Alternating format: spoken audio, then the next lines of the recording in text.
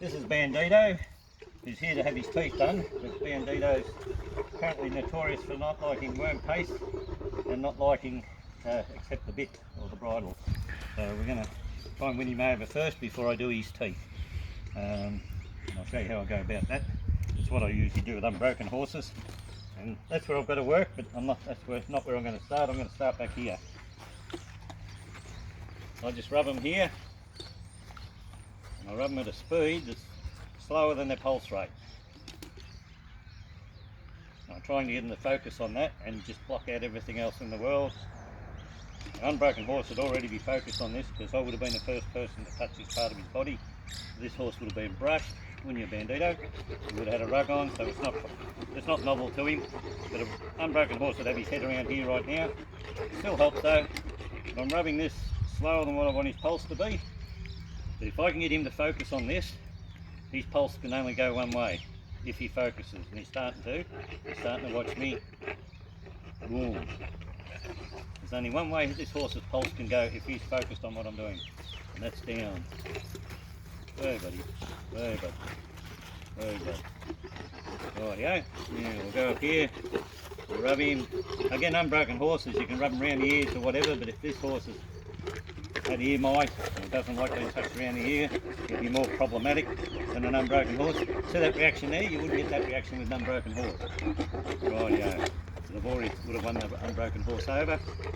Rightio. I've already done about 3-4 things that this horse should enjoy. Pleasurable things. So I'm going to make contact with his muzzle now. I call this overlapping. I'm rubbing his eye, which a horse loves. I'm going to overlap it with something they don't necessarily love. And in this horse's case, that's having his muzzle rubbed. I'm going to overlap. I'm overlapping. I'm diluting the horse's focus on his muzzle by half, because I'm rubbing his eye, which he loves, and I'm rubbing his muzzle also at the same time. And when I feel him relaxing, I can stop the eye and I can just rub his muzzle. Now I'm putting 100% focus of this horse onto his muzzle. And we want to make it, oh, he stomped the foot, none of that, none of that. So we'll just keep rubbing that, there's no rush. The worst thing you can do is rush a horse. The best time you can spend with him, see, this is beautiful what this horse just did. He turned towards me, I didn't pull him. Yeah, good on you, buddy. Good on you, that's a good start. Rightio, now the next thing I'm going to do, and this is me thinking out loud, well, not thinking out loud, it's something I've thought of over the years. I look for a primal response from a horse to make it relax. We all know the primal response to make them fire up and run off, and that's the fight response. But I want to go back to when this horse primarily relaxed, and the most they were relaxed was when they were on their mother. And when they're born, one of the first things they felt was their mum's warm air back on them, on their nose. So I'm just cupping my hand over this horse's nostril, about 2 centimetres off his nostril, so that his own warm breath is going back up his nose.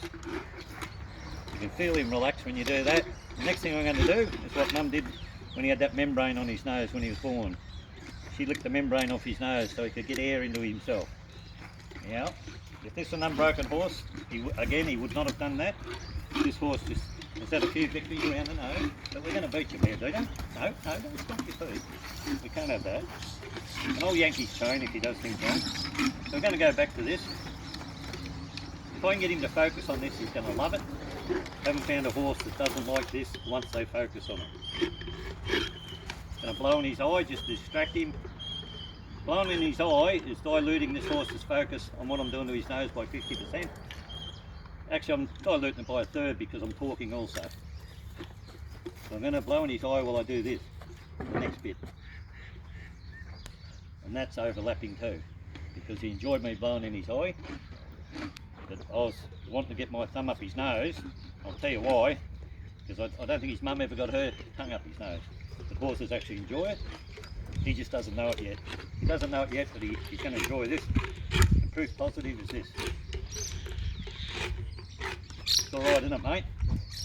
I'm the only person that's ever done that to this horse, and he loves it. So I'm getting him on side. Next thing I've got to get in this mouth, which he doesn't like. Right. This is where my halter comes into play. We're not going to let him have a victory. And again, I'm not going to rush him. I'm just going no, Bandito. I'm going to have none of that. You can come up big. I'll come back to you actually. I'm just going to put my hand under here. Hey.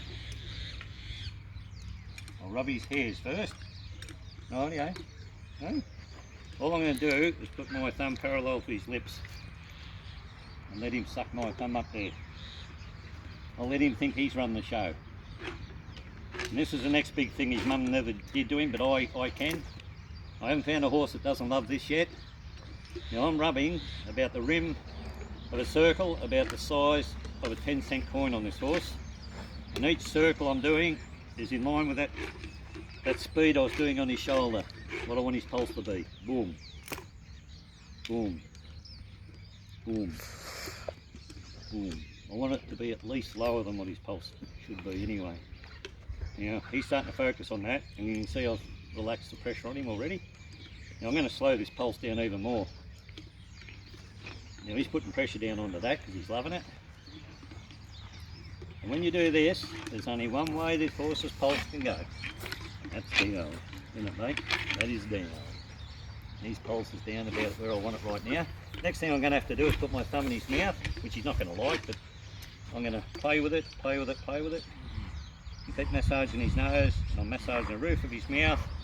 Now I've got my thumb in his mouth in a horse that doesn't like a worm paste and doesn't like the bit. I've got to make this horse welcome me to his mouth. And that's a good start, isn't it? I'm going to bring the hand away. Now with horses like this, usually takes about 4 times. When I go back to his muzzle, there's every chance he might pull away. Well, generally. See, he loves that. He loves it. He didn't pull away at all.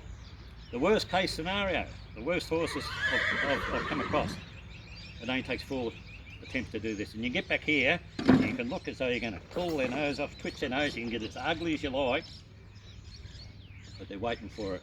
And this horse is already becoming me mate. Now once I get this relaxed, here's another little technique I'll tell you, and that's eye to eye, open eye to open eye. Get your horse relaxed first so you don't get biffoed. There's only one other horse, or 2 other horses in this horse's life that have been this close to him with their eye open, and that's his mum and his paddock mate. And when he's with his mum and when he's with his paddock mate, his pulse is down as low as it can be, because he's relaxed. Okay? When you get this close to your horse, you can think what your horse is thinking. Your horse can think what you're thinking. You just won. That's a good feeling, isn't it, mate? Okay? I'll pull my hand away again, we'll get ugly again. Hey, pull away. Ooh. Come on. We'll go back a step there. You didn't want that happening. No. See, come on.